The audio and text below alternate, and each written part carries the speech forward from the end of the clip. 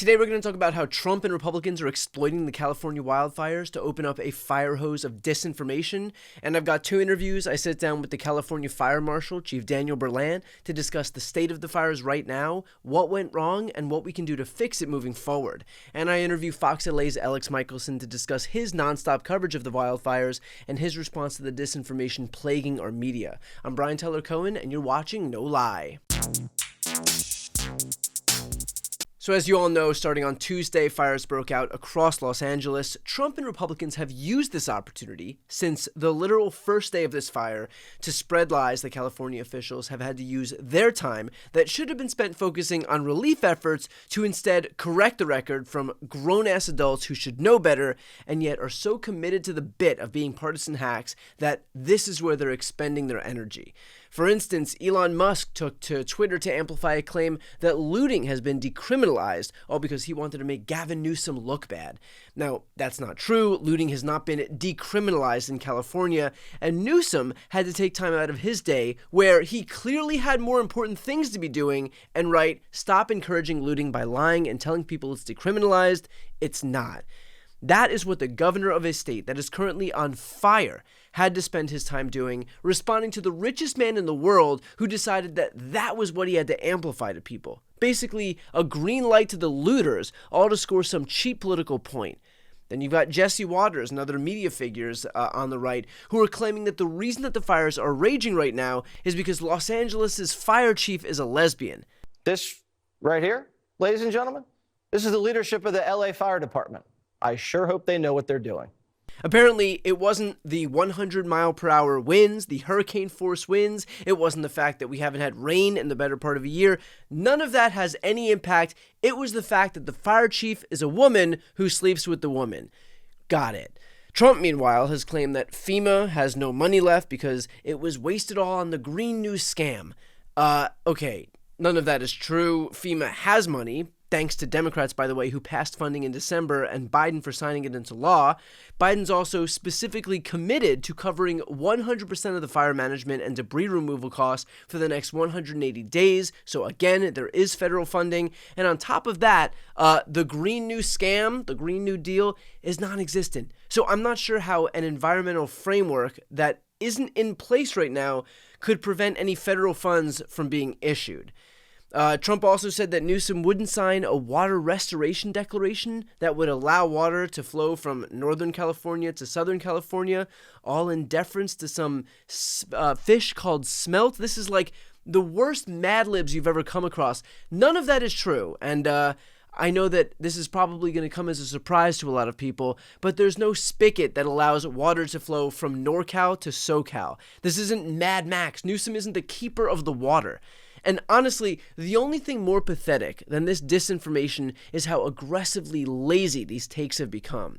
And look, you're going to hear my conversation with the state fire marshal shortly, and he'll speak to these questions in greater detail. But just more broadly, what is so striking to me is that these people have just dedicated their days not just to not helping. Already, for purported leaders, that's bad enough. That's disqualifying enough. But to actively make things worse by spreading lies and forcing officials to respond to those lies when they could be doing literally anything more important with their time. And obviously, look, this hits close to home for me. I've lived here in LA for 15 years. The Hollywood Hills fire was literally down the street from me. I packed a bag with just a few things. I left my studio, my gear, my cameras. You just kind of disassociate yourself from all of this stuff. I got on the roof of my house, I hosed it down, sprayed it down as much as I could, and I just waited for the fire to pass from the hills onto the flats where all of the houses are. And if it did that, then what happened in the Pacific Palisades, I'm sure you've all seen the photos of that devastation by now, that would happen to the Hollywood area where I am. And luckily that didn't happen, and I'm grateful to the ends of the earth, to the firefighters who contained it in time and with the speed that they did. But look, I know too many people who have woken up on Wednesday and Thursday and Friday with nothing, like literally nothing, just heaps of rubble and ash. And my heart is in a million pieces for those people. There is too much loss here. There's too much devastation. And the last thing that any of these people in Los Angeles need, or in the country for that matter, is a bunch of political hacks who are circling like vultures, just popping in expressly to make things more difficult for everyone. Also, they can punch down on a state that is currently on fire. It is subhuman behavior, and those are the people who are going to be in charge soon enough. But frankly, that's a reflection not of California or Los Angeles, but of them. And if they want to expose themselves as these morally bankrupt scumbags, then that's their prerogative. And they're putting it on full display for the rest of the country to see. But in the meantime, it's been amazing to see the outpouring of support for and from this community. If you'd like to donate, GoFundMe has aggregated a bunch of verified fundraisers for individual families who are looking for support. I'll link that in the post description. I'll also link the California Community Foundation's Wildlife Recovery Fund and the American Red Cross, both in the post description of this video right here. So please give something if you can to the folks out here. And of course, to everyone who is in LA right now, stay safe. Wear masks if you go outside to protect yourselves from the dismal air quality. I've watched as ash and soot have been raining down from the sky, and know finally that we're all pulling for you. Next up are previews of my interviews with Chief Daniel Berlant and Fox LA's Alex Michelson. But first, just a quick word from some of the show sponsors. As a quick reminder, we have sponsors on one video per week. That's this one, the video version of No Lie with Brian Tyler Cohen. So again, quick word from sponsors, and then my previews of my interviews with Chief Daniel Berlant and Fox LA's Alex Michelson. No Lie is brought to you by Uplift Desk. So I'm assuming a lot of you have similar work habits as me, meaning you sit for hours and hours in front of a computer at a desk. I could feel what this was doing to my body, but I just assumed there was no going around it until I started using Uplift Desk. Uplift Desk is at the forefront of ergonomic solutions, promoting better posture and health through adjustable standing desks designed to help you live a healthier lifestyle. Plus, they have all kinds of accessories to keep you moving throughout the day, even if you work for only a few hours at your desk. For me, I need to maximize space, so the adjustable shelves mean that my computers and audio gear don't take up most of my desk's real estate. There's also a lot of attention paid to really small details. There are desk hooks, for example, that I use to hold my headphones under my desk, again, preserving my real estate. The reality is that Uplift Desk has a lot of customization options so you can build your perfect workspace.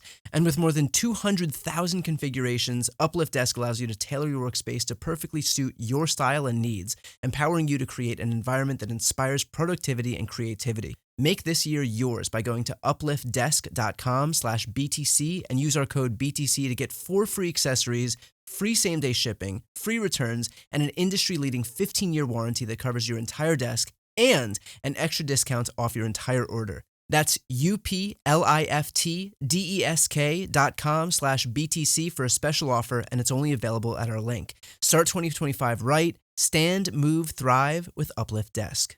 No Lie is brought to you by Beam. I work a lot, and I usually work pretty late, meaning that I don't have time to wind down and turn off my brain from the craziness of the day. And that means that my mind is going a mile a minute when I try to go to sleep, and so my sleep is usually pretty terrible. And bad sleep leaves me feeling exhausted in the morning, and that doom loop often feels like it's endless.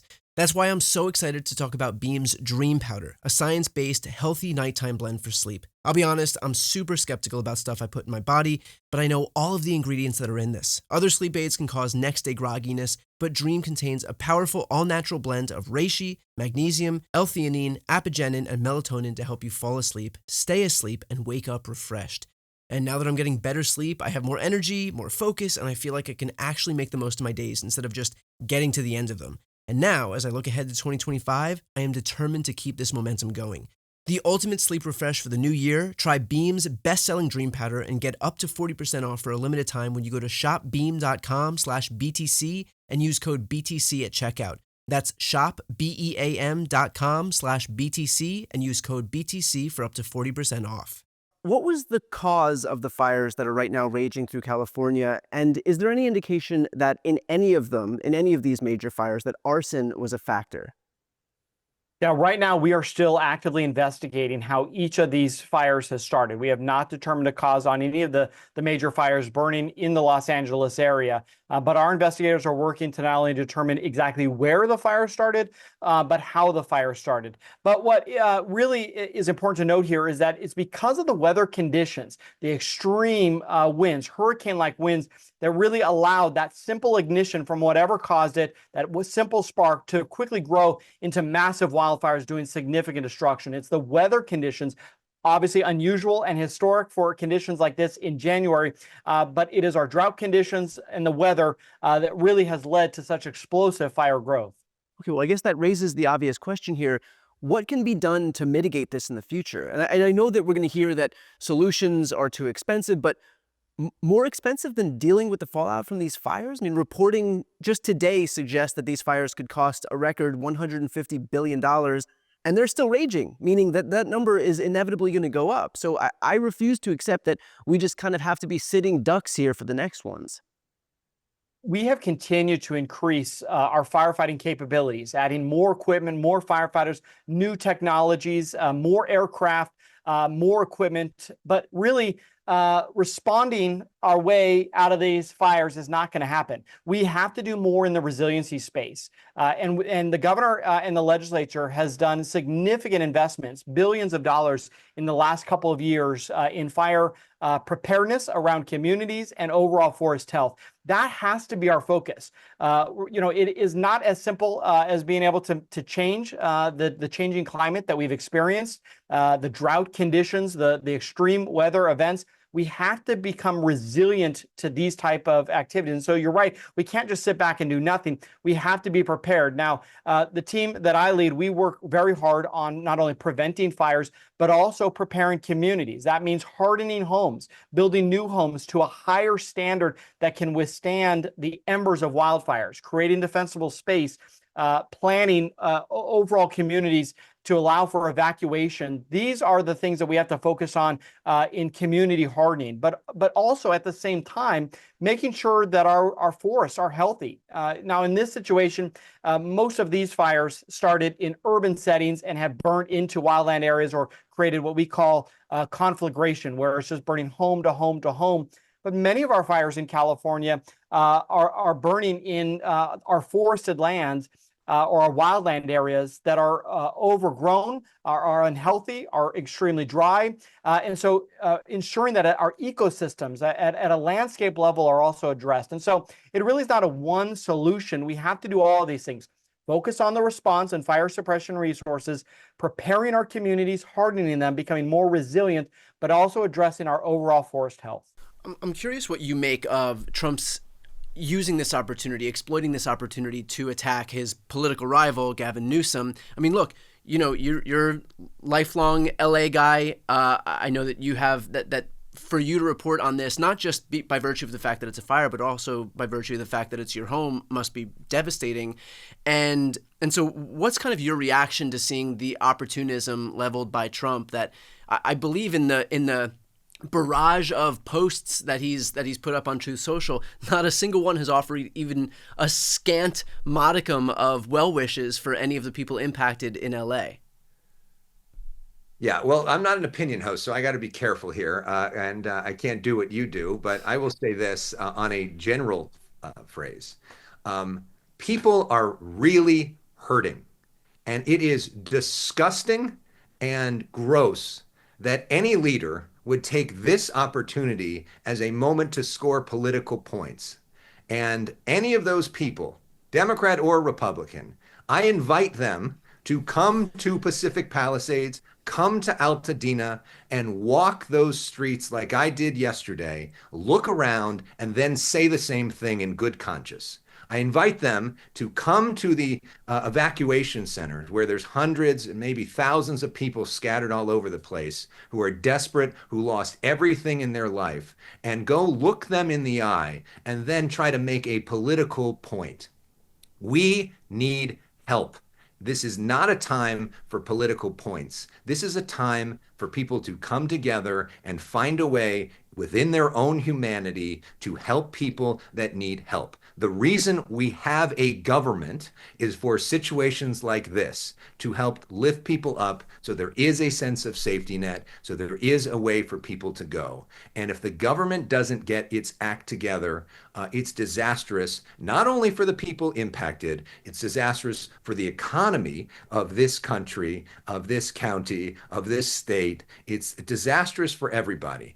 And Donald Trump has made his career as a real estate guy and as a builder. He's really good at putting his name on a lot of things. And I welcome him as a Californian to show off how great he is at building. Come in here, show everybody how it's done. If the Democrats can't do it right, you do it better. I don't care who does it, but somebody's got to do it because these people need help. And of course, to watch the full interviews with Chief Daniel Berland and Fox LA's Alex Michelson, click the thumbnails right here on the screen or check out the interviews playlist on my YouTube channel. You can also click the link on the screen to listen to the audio version of this episode, and of course, to see more of my content, the subscribe button's on the screen as well.